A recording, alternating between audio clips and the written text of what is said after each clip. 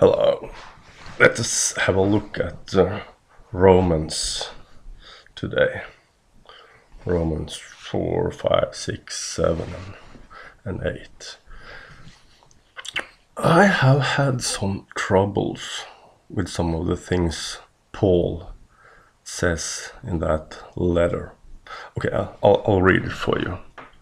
Because, you know, in Romans 6, and he writes about how we are dead to the law, how we are dead to sin, etc., etc. So, okay, that's great, wonderful, I think. But then he writes some particularly strange things in Romans 4 and Romans 7. I will read it. In Romans 4, he writes, listen to this. Do we then overthrow the law by this faith? By no means, on the contrary, we uphold the law. Okay, that one has always made me stumble.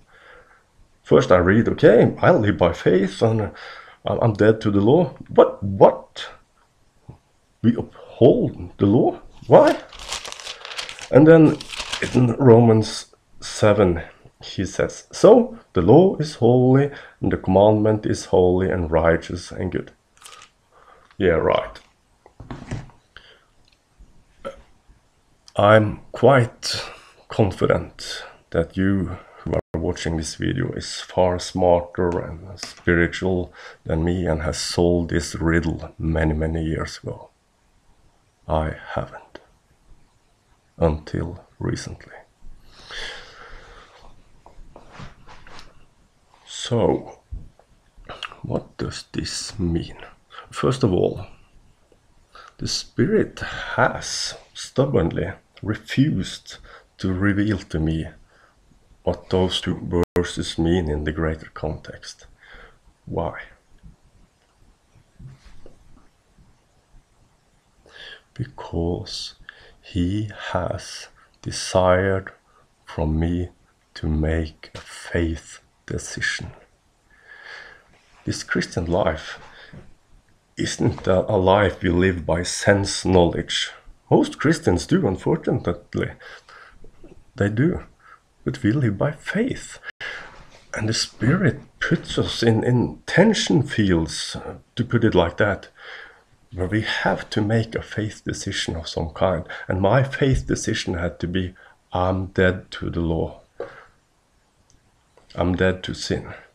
And when I finally could make that faith decision, compelled to make it by the Spirit, he finally revealed those verses I have just quoted to me.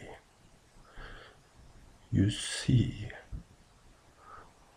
we are not meant to fulfill the law in an outer way. We can't. Have you tried? I have. And I have fallen on my face so many times. And I have been haunted by condemnation so powerful that you have no idea. So, we cannot live by the law, not in an altered way. But then God does the miracle. By the Spirit, he fulfills the law in us. So, in a sense, we are the law. Christ in us, as us, is the law. Okay, then we have all those Christians who live by sense knowledge. Of course, they will oppose such a teaching and say, look at you, all the things you do. You cannot possibly be the law. But then they forget an important thing. We live by the Spirit.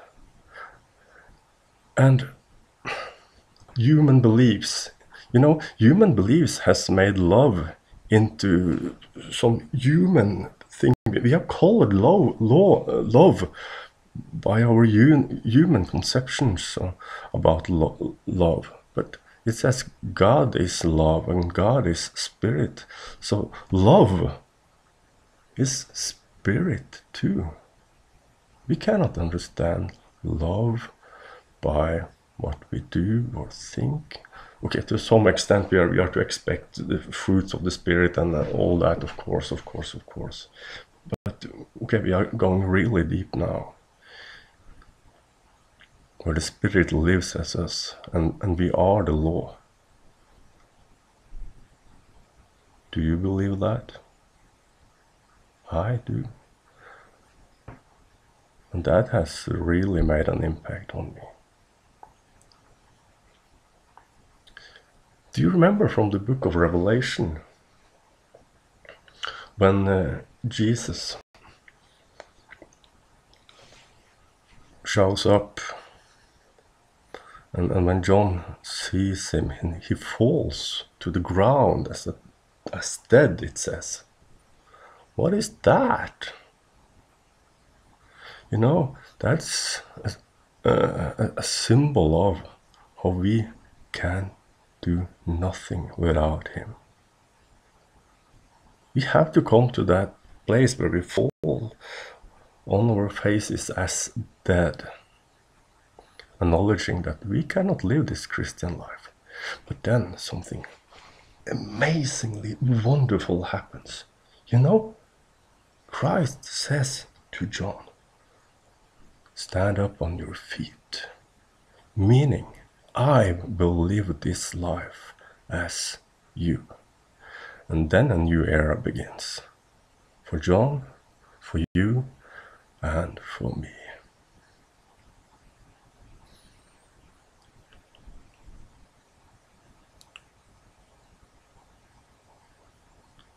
Are you ready to make some faith decisions today? I have a suspicion about that the Spirit has been pushing you to, nudging you upwards to make some faith decisions. And perhaps you should make them today. And then expect that the Spirit will settle you in what you have taken by faith, so that it becomes yours. Okay, I think that will do for today. Have a beautiful day. Yeah, another thing. You know, my good friend Nancy Gilmore said something yesterday. We were discussing something on Facebook. And then she says, you know, this delusion is so powerful that people, in fact, this sense knowledge delusion is so powerful that people live as if the law is the Spirit. Wow. Contemplate that one. Okay, have a beautiful day. See you around.